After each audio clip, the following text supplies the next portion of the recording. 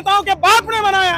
राम मंदिर का चंदा देश की आवाम ने दिया, एक एक जनता ने दिया, और देश के मुसलमानों ने भी पूर्ण सहमति जताई। ये साधु संत की ये भाषा नहीं है। अगर साधु संत अगर इस तरीके से मिसबिहेव वाली भाषा बोलता है तो हम बोलेगा तो फिर लोग कहता है कि बोलता है।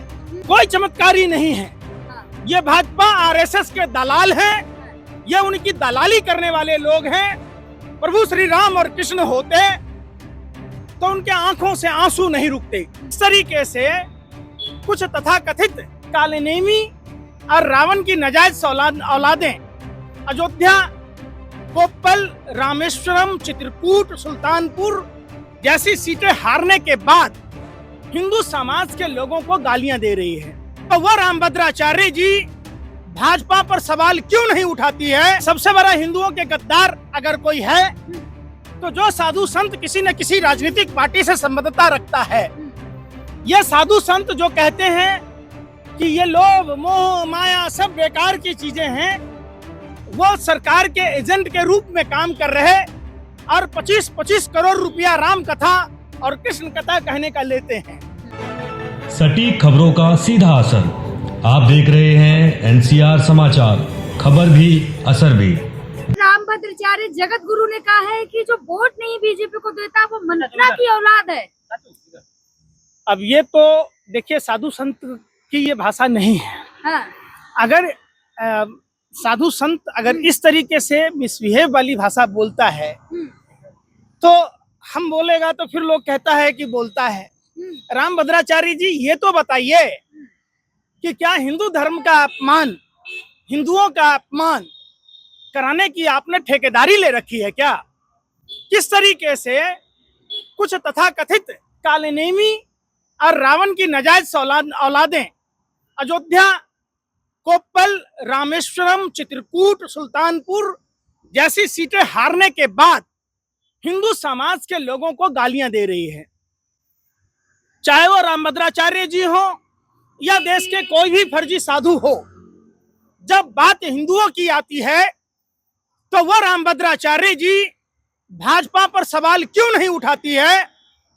नहीं उठाते कि 250 करोड़ का चंदा बीफ कंपनियों से भारतीय जनता पार्टी ने क्यों नहीं लिया? पंकज जी, बागेश्वर बाबा कह रहे हैं कि देश को मुसलमानों और सिखों से खतरा नहीं है, जितना खतरा उन्हें हिंदुओं से है, जो हिंदू गद्दार हैं।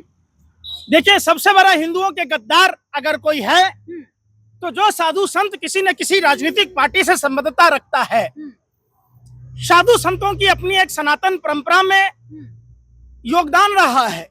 हमने दगीची मुनि को देखा है, हमने महर्षि विश्वामित्र को देखा है, हमने महर्षि वशिष्ठ भी देखा है। देखिए हम लोग गद्दार नहीं हैं, हम लोग धर्म के रक्षक हैं। सुनिए ना बात, आप सुनना नहीं चाहती? नहीं बोले।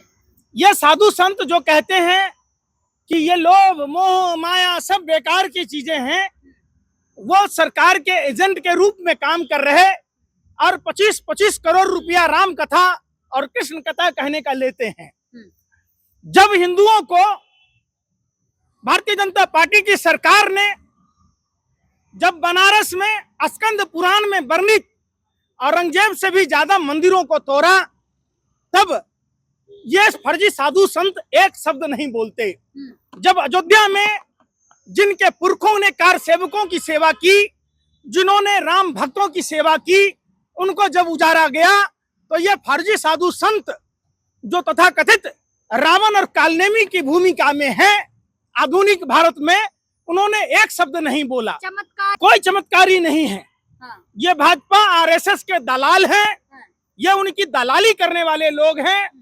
प्रभु श्री राम और कृष्ण होते तो उनके आंखों से आंसू नहीं रुकते। क्योंकि भारतीय जनता पार्टी और तथाकथित ये फर्जी साधु संतों ने जब 18% गंगाजल पर भाजपा द्वारा जीएसटी लगाने की कोशिश की गई, तब भी इन्होंने जवाब नहीं दिया, कोई विरोध प्रदर्शन नहीं किया। जब बीफ कंपनियों से भारतीय जनता पार्टी ने 250 करोड़ से ज्यादा के चंदा लिए, तब भी ये फर्जी साधु संतों ने कोई एतराज नहीं जताया। 2 मिनट रखिए, फिर मैं कह रहा हूँ बिल्ली की तरह रास्ता मत काटिए। बिल्ली यूं ही बदनाम है रास्ता काटने के लिए। पूरी बात सुनिए। जब 30 लाख सरकारी पद खाली है, अगर उन 30 लाख सरकारी पदों में रिक्तियां भरी जाती तो 25 से 28 लाख हिंदू युवा जाते। 45 साल का बेरोजगारी का रिकॉर्ड तोड़ने वाली भारतीय जनता पार्टी की, मोदी की सरकार गद्दार तो है ही। आप राम मंदिर बन गया फिर भी बीजेपी को वोट नहीं दिया। राम मंदिर कौन बनाया? किसके बाप ने बनाया? आप बताओ ना। पत्रकारों के बाप ने बनाया, भाजपा नेताओं के बाप ने बनाया। राम मंदिर का चंदा देश की आवाम ने दिया, एक एक जनता ने दिया, और देश के मुसलमानों ने भी पूर्ण सहमति जताई। किसी ऐसा मुसलमान को बताइए जिसने राम मंदिर का विरोध किया हो?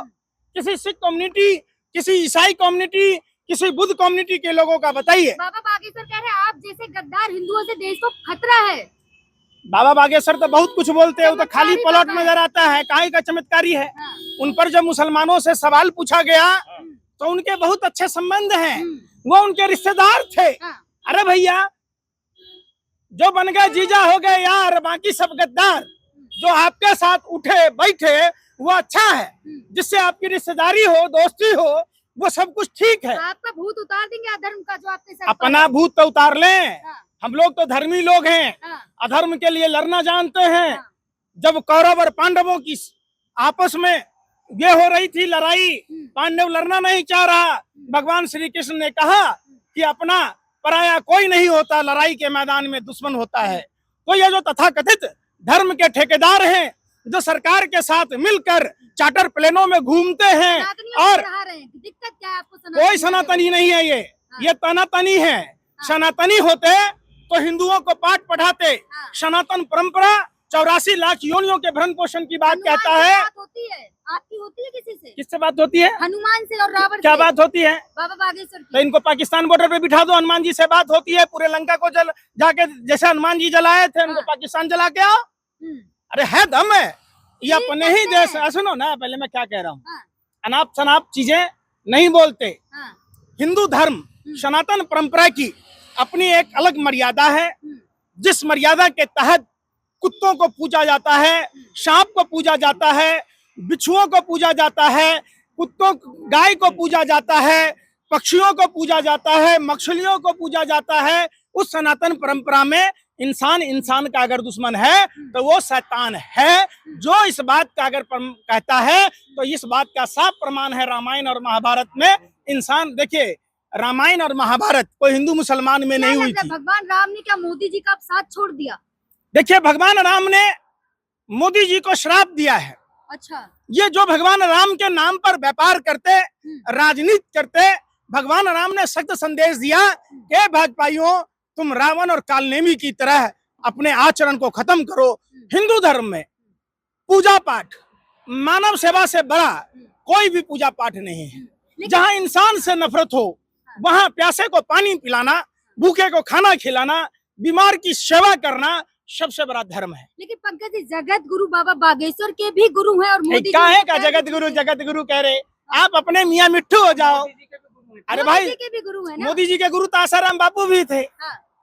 तब आपका हम अपना गुरु बना ले आसाराम बापू को। गुरु की बात अलग है। मैं क्या कह रहा हूँ, हमने आसाराम को भी देखा है और बाबा झांसा राम को भी देखा है, तो हम इन चक्रों में नहीं पड़ते। हमारा धर्म कहता है, हमारे धर्म में धरती की पूजा होती है, जल की पूजा होती है, वायु की पूजा होती है, अग्नि की पूजा होती है। यही वास्तविकता है। विश्व वसुधैव कुटुंबकम की बात कीजिए, सर्वजन हिताय सर्वजन सुखाय की बात कीजिए। गलत क्या कह रहे? सही तो कह रहे। क्या कह रहे? सनातनियों। अच्छा, जिसके गले में मंगलसूत्र नहीं है वो खाली पलट है, बाबा बागेश्वर कहते हैं। आप बताइए, एग्जाम्पल दिया था उन्होंने। क्या का एग्जाम्पल? अगर उनकी बहन की शादी नहीं हुई तो क्या वो खाली प्लाट थी? शादी हो गई तो क्या वो हरी भरी प्लाट हो गई? आप बताओ। आप दूसरों के साथ वही व्यवहार करो जो आपको खुद को अच्छा लगता हो। आप ऐसे बयान नहीं दे सकते। बता देंगे सब। हमको जरूरत ही नहीं है। देखो, आप राजा हरिश्चंद्र को देखे होंगे, राम को देखे होंगे, कृष्ण को देखे होंगे। इन्होंने कभी अगले पिछले के चक्कर में नहीं पड़ा। इन्होंने तमाम कष्टों को झेला और जो धर्म के अनुरूप कार्य थे उन्होंने काम किया। जरूरत है आज सनातन परंपरा के मानने वाले लोगों को राम और कृष्ण को फॉलो करने की, और उनके आचरण को अपने अंदर समाहित करने की।